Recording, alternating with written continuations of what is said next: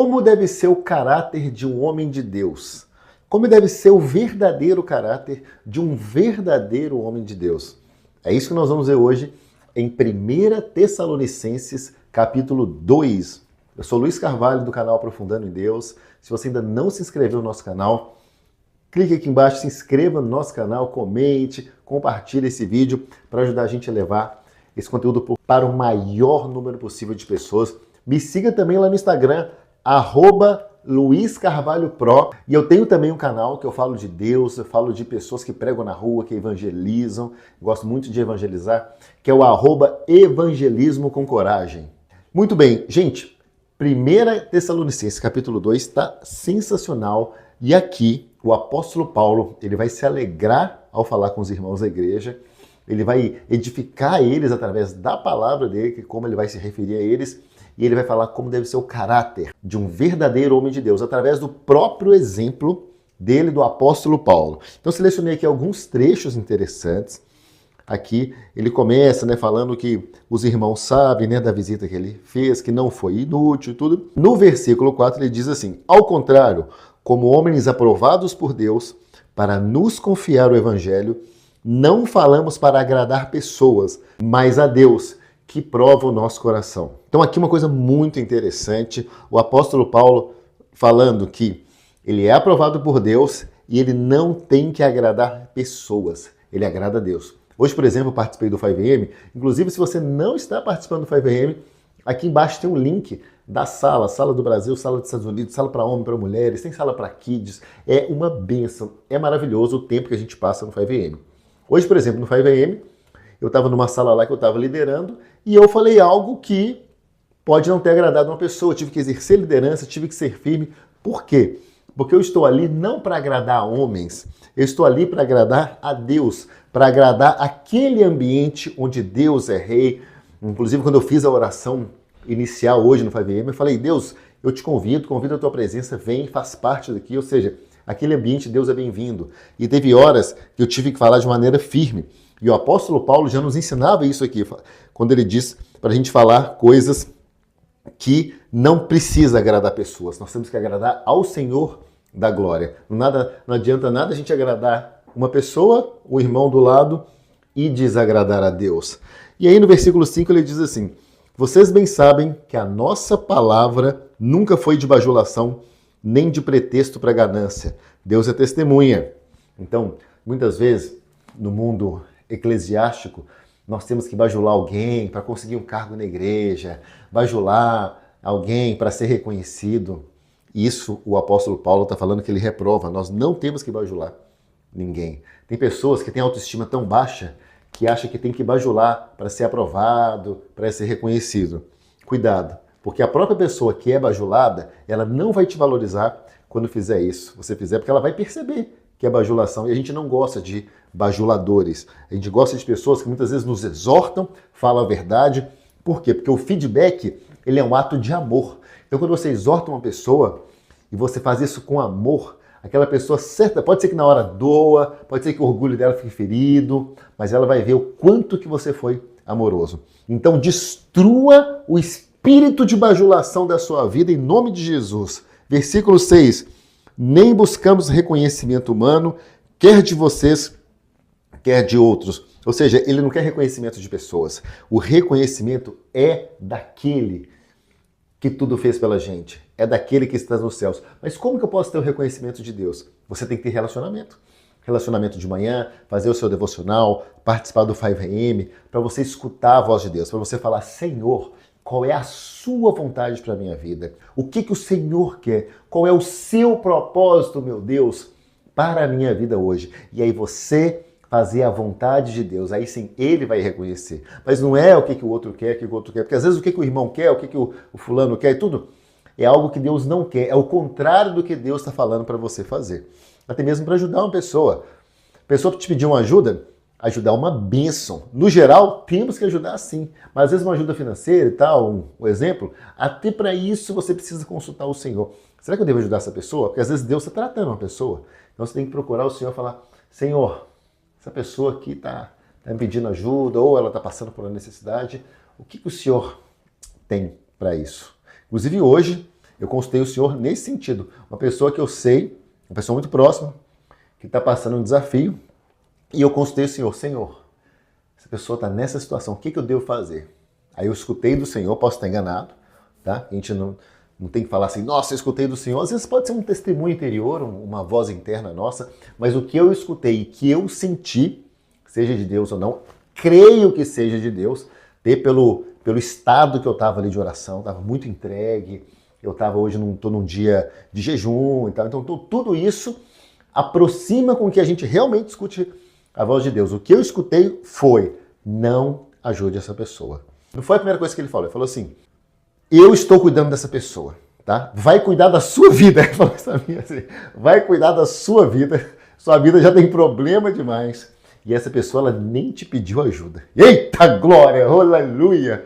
Por isso a importância da gente consultar o Senhor, porque às vezes a gente quer, na melhor das intenções, ajudar alguém e tudo, e o Senhor não vai nos reconhecer. Agora o Senhor ficou feliz. Por quê?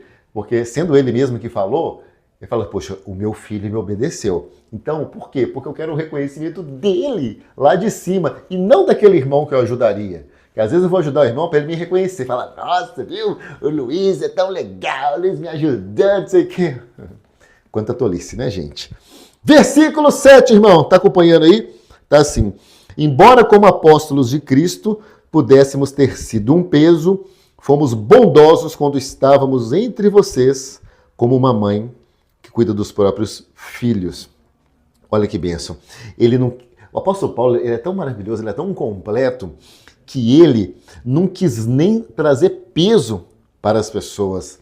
Assim como uma mãe quando cuida, uma mãe quando trata um filho, ela faz aquilo por amor. Uma mãe não cobra nada. Uma mãe simplesmente ama. E ele está falando, eu amei vocês e eu não quis nem ser um peso, eu só quis ser bênção na vida de vocês. Que você possa ser bênção na vida das pessoas, que você possa ser como uma mãe, né, que cuida, sem pedir nada em troca, sem querer reconhecimento, puramente por amor, como Jesus disse, amai o próximo como eu vos amei. E aí no versículo 9, o apóstolo Paulo diz assim, essa carta é fantástica, né? Irmãos, certamente vocês se lembram do nosso trabalho esgotante e da nossa fadiga. Trabalhamos noite e dia para não sermos pesados a ninguém, enquanto lhe pregávamos o evangelho de Deus.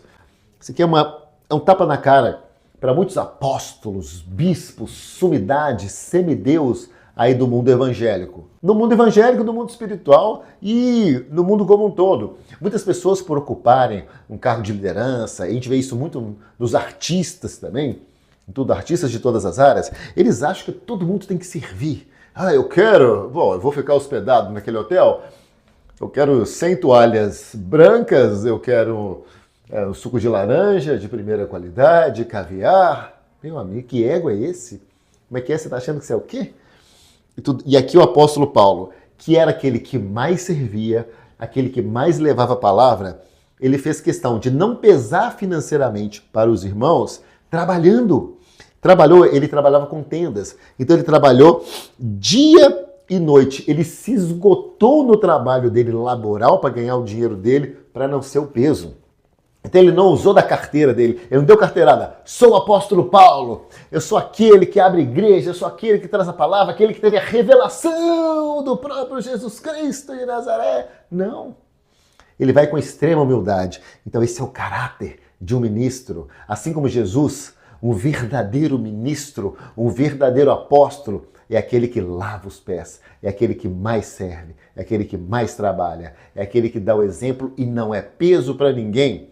Muitas vezes, né, um apóstolo, um bispo que viaja de uma cidade para outra e tudo, eles são bênçãos. Ele vai chegar na casa de um irmão, vai ser bênção, vai ficar hospedado na casa do irmão, vai ser uma bênção aquilo que ele vai pregar, mas pode ser um peso. Pode ser que o cara fez exigências que a esposa, às vezes, daquele anfitrião que está recebendo ele, tem que se desdobrar para arrumar casa, porque sabe que ele é uma pessoa muito exigente, tem que fazer bolo, tem que comprar carne disso, que ele gosta disso, não, mas aí não sei o quê. Aí ele tem que ficar na suíte, aí a gente já tem que mudar para outro quarto. É um peso! É um peso, muitas vezes. É um peso financeiro, ou um peso de tarefas. Que a gente não seja um peso na vida dos outros. Versículo 11 diz assim, pois vocês sabem que tratamos cada um como um pai trata seus filhos, exortando, consolando e dando testemunho, para que vocês vivam de maneira digna, que os chamou para o reino da glória. Então aqui mostra aquele ponto que eu falei, que um pai, ele exorta, ele chama atenção e ele também consola. Muitas vezes uma pessoa precisa de exortação, a gente tem que ter essa sensibilidade. Muitas vezes uma pessoa precisa de consolo, a gente tem que ter essa sensibilidade. Muitas vezes uma pessoa está precisando de só um abraço, não fala nada, só abraça, só acolhe, só ama, só cuida, só faz carinho, só compra uma coisa para a pessoa, só serve, só lava os pés. Então, um pai é aquele que trata os seus filhos como naquele momento o seu filho está precisando. E para finalizar, gente, o versículo 3 me chamou muita atenção, porque ele começa assim, ó. Também agradecemos a Deus sem cessar. Além de tudo, de todo o exemplo positivo que o apóstolo Paulo nos dá, que é o caráter de um ministro, ele agradece sem cessar. E agradece pela vida dos outros, porque o fato de receber de nossa parte a palavra de Deus. Então ele é extremamente grato, ele agradece sem cessar o fato das pessoas receberem a Deus. Você tem sido grato? Você agradece sem cessar pelo benefício que a outra pessoa vai ter? Muitas vezes a gente é até grato, muitas pessoas não são nem gratas. Não agradece as bênçãos que recebe dos outros, não agradece um irmão que ajuda uma coisa.